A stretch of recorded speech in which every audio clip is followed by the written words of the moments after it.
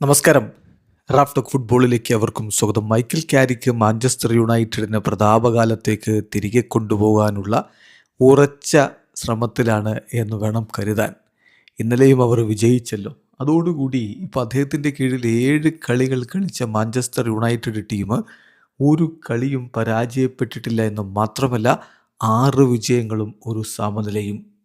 14 ഗോളുകൾ അടിച്ച ടീം 7 ഗോളുകളാണ് തിരികെ വാങ്ങിയത് എന്ന് പറയുമ്പോൾ പ്രീമിയർ ലീഗിലെ ടീം ഇപ്പോൾ 3-ാം സ്ഥാനത്താണ്. ജനുവരിയിലെ മാനേജർ ഓഫ് ദി മന്ത് അദ്ദേഹമായിരുന്നു എന്ന കാര്യം കൂടി ഓർക്കണം.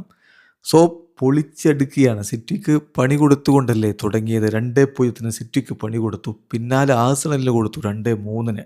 ഫുൾഹാമിനെ 3-2 തോൽപ്പിച്ചിട്ട് ടോട്ടൻഹാമിന് കൊടുത്തു 2-0. വെസ്റ്റ് മാത്രമാണ് ജയിക്കാൻ കഴിയാതെ പോയത്. അത് 1-1 സമനില. എവേർട്ടനോട് ഏകപക്ഷീയമായ ഒരു ഗോളിൻ്റെ വിജയം. ഇന്നലെ 2-1 വിജയമാണ് അവർ നേടിയിരിക്കുന്നത്.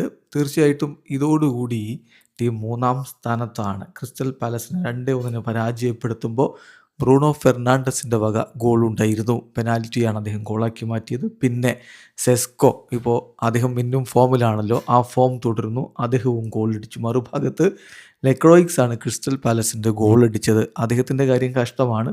ടീമിന് ലീഡ് നേടിക്കൊടുത്ത അദ്ദേഹം തന്നെ പെനാൽറ്റിക്കും കാരണമായി. അദ്ദേഹത്തിന് റെഡ് കാർഡും കിട്ടി. ടീം 10 പേരായിട്ട് ചുരുങ്ങുകയായിരുന്നു.